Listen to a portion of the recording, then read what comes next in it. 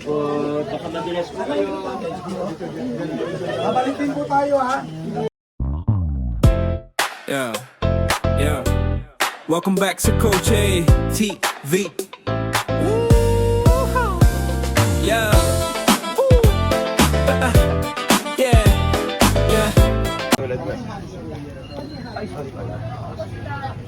Morning, Dad.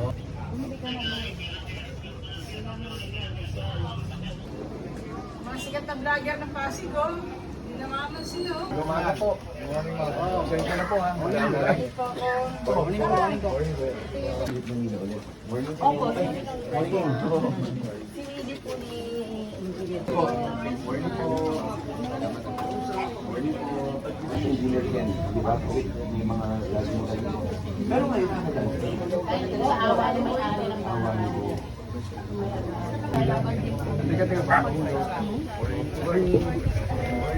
Bye.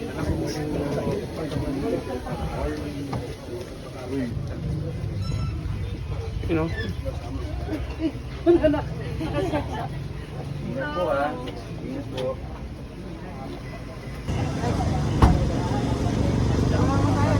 This time lang. Sige, ingat po ha. Press with Thursday. Oo na marami naman talagang factors kaya nangyayari ito.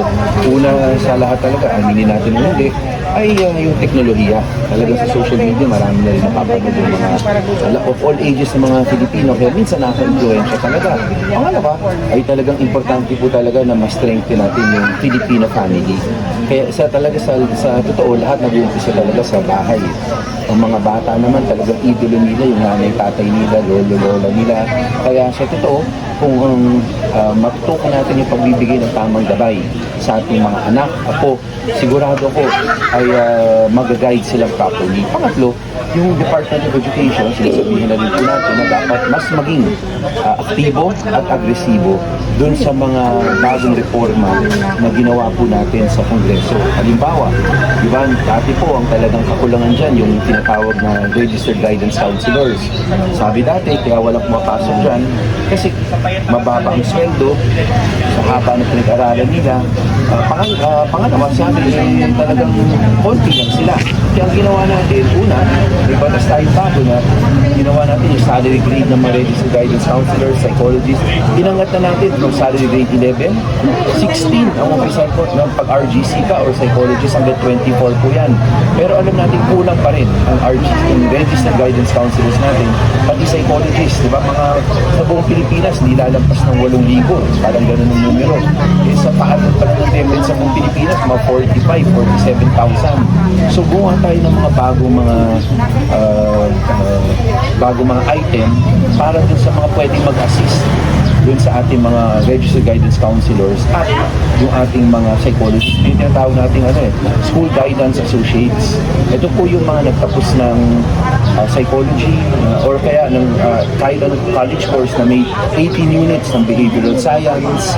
Pero yung iba hindi pa talaga nakaka-masteral. Sinabi din natin yung mga guro na pwedeng ma-level up yung skill at pwedeng sila ay dapat bigyan na rin natin ng bagong mga pagkakataon na tumulong sa ating mga RGCs. So yun po yung ating mga hakbahin. Short clip ko na. Okay?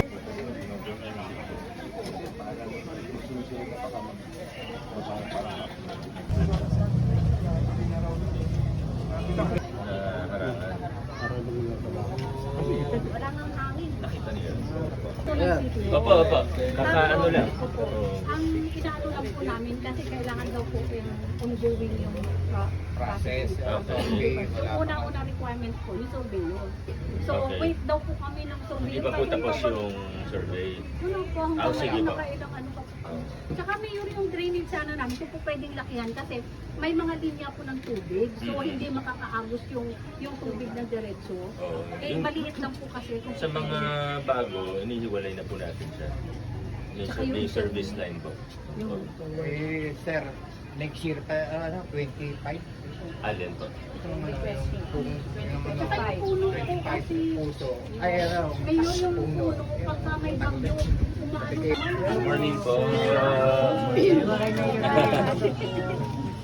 Opo. Sorry po. Ano ba yan? Simple-simple ka kanina, bigla ka bumigay. Hindi ako sa dulo ha. Parang si Kabwa. Opo.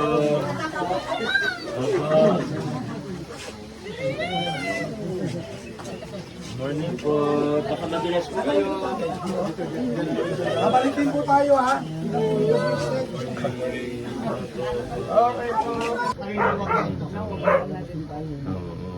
Malakas naman po kayo. Opo. Kaya naman po. Lalo pag hindi hinuhuli, lumalakas. Thank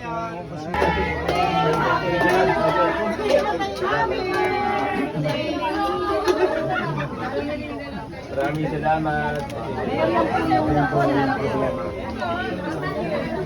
Oo, masyado nang makitid. Guys, kailangan naman sa Get It Straight ha. At, aba. Tagal na. Dati bukas na. Dati may daan din.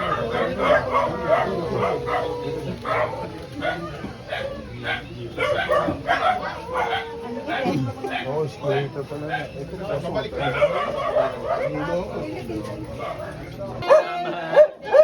Picture tayo.